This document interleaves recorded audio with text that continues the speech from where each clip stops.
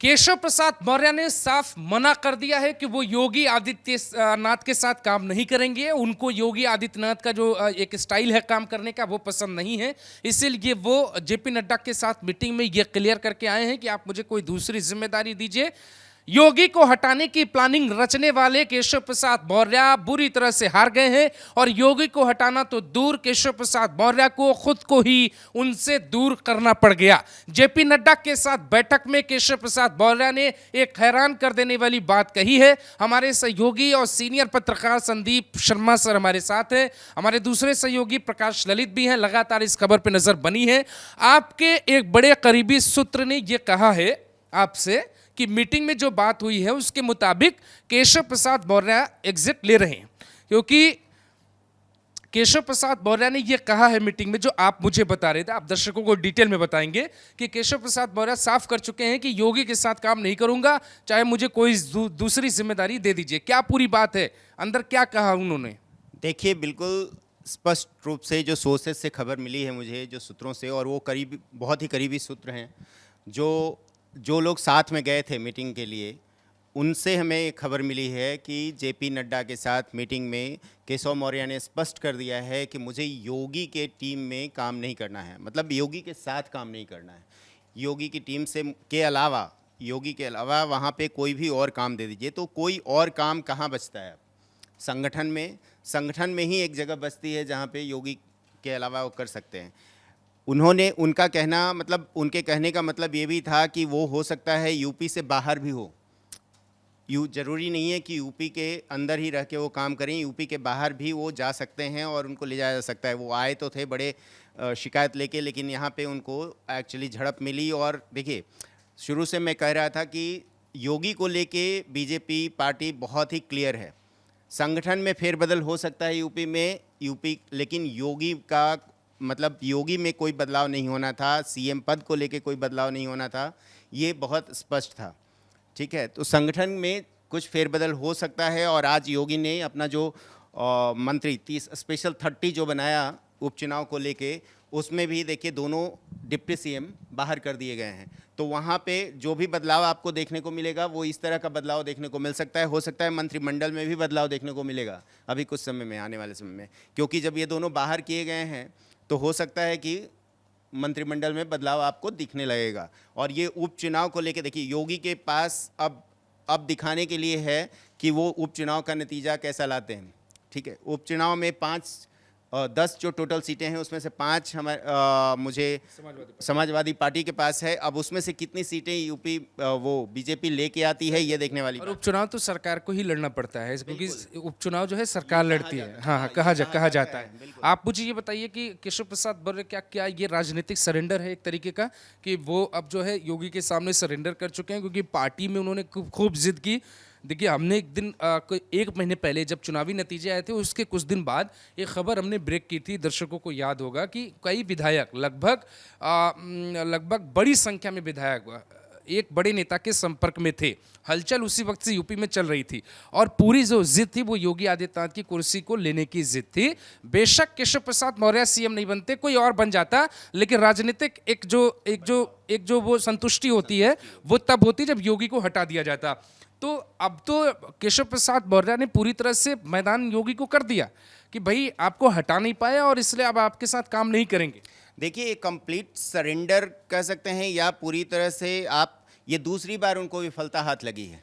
केशव मौर्य ने 2021 में भी ये कोशिश की थी, उस समय भी उनको सफलता नहीं मिली थी और इस बार भी नहीं मिली है। और केशव मौर्य की ये राजनीति मुझे थोड़ी समझ नहीं आती है। जैसा आप अभी थोड़ी देर पहले बात कर रहे थे कि केशव मौर्य पार्टी में लॉबिंग में गुटबाजी करने में भले ही हावी हो सकते हैं, लेकिन सीएम योगी को काम में नहीं हरा सकते केशव मौर्य। और देखिए, काम बीजेपी पार्टी में आला कमान जो भी है, आला कमान कहते हैं मोदी जी और शाह, ये लोग, मोदी हमेशा काम पे विश्वास रखते हैं। काम करने वालों को हमेशा पार्टी में जगह मिलती है, आप गुटबाजी कितना भी करते रहिए। चूंकि हमारे एक सहयोगी संदीप शर्मा जी का ये कहना है कि भाई आप जो है वो अंदर ये केशव को लेकर बात हुई कि मुख्यमंत्री पद हटाना चाहती थी बीजेपी, ऐसा चल रहा था, लेकिन उसमें जो है केशव विफल हो गए।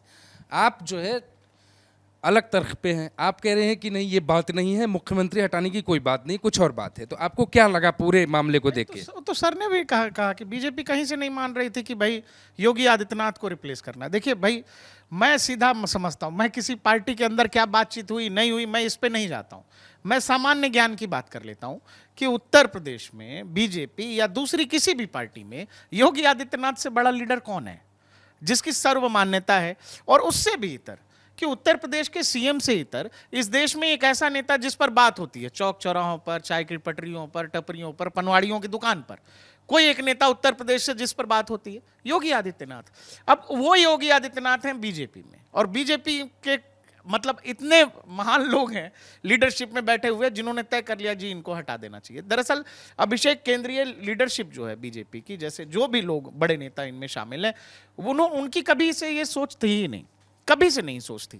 लेकिन बावजूद इसके उत्तर प्रदेश में एक गुट हमेशा से है। जिस दिन से योगी आदित्यनाथ उत्तर प्रदेश के सीएम बने, वो गुट गाहे बगाहे थोड़े थोड़े दिन पर ये सब पर्ची निकालता रहता है, कुछ लोगों तक पहुंचाता रहता है। अभी बड़ी बैठक हो जाएगी, अभी बैठक में निर्णय हो जाएगा। केशव प्रसाद मौर्य मिले हैं जेपी नड्डा से, उसकी फोटो तक नहीं आई है। फूल दिया होगा, गुलदस्ता दिया होगा, नमस्ते प्रणाम हुआ होगा, आना चाहिए ना, फोटो नहीं आया है। तो आप समझो कि अंदर क्या बातचीत हुई होगी, मैं ऐसे समझ रहा हूं। दूसरा कि अगर हम योगी आदित्यनाथ पर बात करेंगे, जैसे सर कह रहे थे, तो योगी आदित्यनाथ को हटा के या तो आपके पास इतना बड़ा इस काडर का लीडर होना चाहिए जो उसी शख्सियत को रिप्लेस करके उससे बड़ा कोई शख्सियत हो जिसको बिठा दिया आपने। लोग बात भी नहीं कर रहे। योगी आदित्यनाथ को हटाना अगर कोई सोच भी रहा है सीनियर लीडरशिप में भी, तो मुश्किल क्या है ये समझिए। मुश्किल ये है कि योगी आदित्यनाथ अब बीजेपी के लीडर, उत्तर प्रदेश के सीएम ही नहीं रह गए हैं, वो आम जनता, आम जनमानस के लीडर हो गए हैं।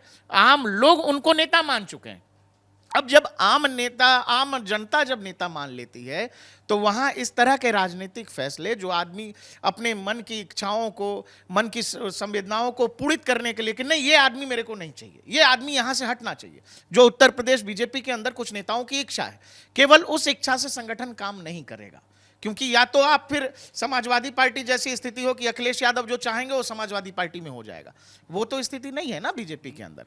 तो इसीलिए योगी को रिप्लेस करना ये कहीं से कुछ था ही नहीं। हाँ, कुछ लोगों के मन की इच्छाएं थी, वो सारी इच्छाएं, संवेदनाएं, संभावनाओं को कल बीजेपी की सीनियर लीडरशिप ने शांत कर दिया। दूसरा, वो खबर भी इसीलिए आई अभिषेक बाहर कि 2027 का विधानसभा भी हम योगी के उसमें लड़ेंगे, वो इसीलिए आई क्योंकि लीडरशिप कहीं से नहीं चाह रहा था। दूसरा, ये पिछले 10 दिनों से जिस तरह का कंफ्यूजन प्ले किया गया, तो उत्तर प्रदेश में आम जनता के अंदर भी और बीजेपी कार्यकर्ताओं के अंदर भी जा रहा था कि कुछ हो रहा है क्या, क्या कुछ होने वाला है क्या।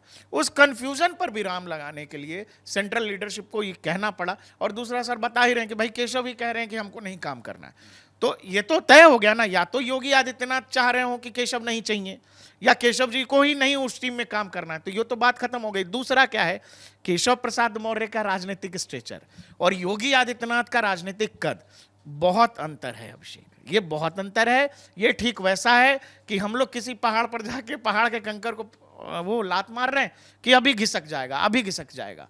नहीं घिसक रहे। योगी आदित्यनाथ उत्तर प्रदेश की राजनीति में, देश की राजनीति में कल्ट हो गए हैं। कल्ट का कोई दूसरा विकल्प नहीं है। और जैसे एक वर्ग तैयार हो गया था ना मोदी के लिए कि मोदी नेता हैं 2013-14 के बाद से, कि लोगों ने मन में मान लिया कि यह आदमी दिल्ली में चाहिए, तो वही वर्ग उस तरह का तैयार हो गया है योगी के लिए, जो चाहता है कि अभी मोदी हैं लेकिन मोदी के बाद कौन। तो वो विकल्प हैं योगी आदित्यनाथ। और मैंने फिर कह रहा हूं आपको कि जो भी लोग जिनके मन की भी इच्छा होगी, बड़े से बड़े नेता, कि इनको हटा दें, वो संभव इसीलिए नहीं हो पाएंगे क्योंकि उसके पीछे संघ भी खड़ा है। संघ के अभी फ्यूचर की रणनीति होती है, भाई योगी आदित्यनाथ को आप रिप्लेस कर दोगे तो कोई तो होना चाहिए ना आपके पास नेता, या तो वो विकल्प होना चाहिए, वो विकल्प नहीं है। इसीलिए जो भी लोग हैं उन सबको समझा बुझा के शांत कर दिया जाएगा। और ये सब खबर मीडिया की कहानी थी सारी की सारी, और कुछ लोग जो पर्चा पहुंचा रहे होंगे कि खबर चलने दीजिए, मीटिंग होने दीजिए, अभी बड़ी खबर हो जाएगी। क्या हुआ, जिस समय केशव मिल रहे थे उसी समय कैबिनेट मीटिंग बुला ली, अगले दिन अनाउंस हो गया ना कि हम अगले दिन कैबिनेट मीटिंग बोल रहे हैं। अब बताइए, दोनों डिप्टी सीएम का नाम नहीं है उस लिस्ट में जो उपचुनाव, और आप उपचुनाव भी कह रहे हो, मैं कह रहा हूं उपचुनाव के नतीजों के बाद भी कुछ नहीं बदलना है अभिषेक। यथा स्थिति यह है कि योगी आदित्यनाथ उत्तर प्रदेश और बीजेपी की जरूरत है, हकीकत है, यही यथार्थ है, इसमें बहुत संभावना तलाशने की जरूरत है। ठीक है, अलग अलग लोगों की अलग अलग राय है। मेरी जो उत्तर प्रदेश की राजनीति को लेकर समझ है वो बीजेपी इसलिए केशव प्रसाद मौर्य को लेकर सीरियस रहती है क्योंकि वो पिछड़ा नेता हैं, उनके आसपास बहुत सियासत घूमती है और अखिलेश यादव या मायावती को ये मुद्दा नहीं देना चाहते कि बीजेपी में पिछड़ों की कोई हैसियत नहीं है। इसीलिए एक घर के नाराज, जैसे कोई नाराज सदस्य हो, ठीक उसी तरीके से केशव प्रसाद मौर्य की भूमिका है। हाथ पकड़कर मीटिंग में ले जाने का सीधा सा मतलब है कि उनकी नाराजगी सुनी जाएगी। ये पार्टी की एक डेमोक्रेसी भी आप कह सकते हैं, लेकिन मैं इस बात से बिल्कुल भी सहमत नहीं हूं कि बीजेपी में योगी को हटाने को लेकर कोई षड्यंत्र नहीं रचा गया।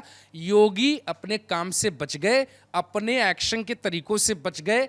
कोई है नहीं, ना माता पिता उनके साथ रहते, ना बहन है, ना परिवार है, ना रिश्वतखोर हैं। ये कारण है कि जनता उनके साथ खड़ी रही।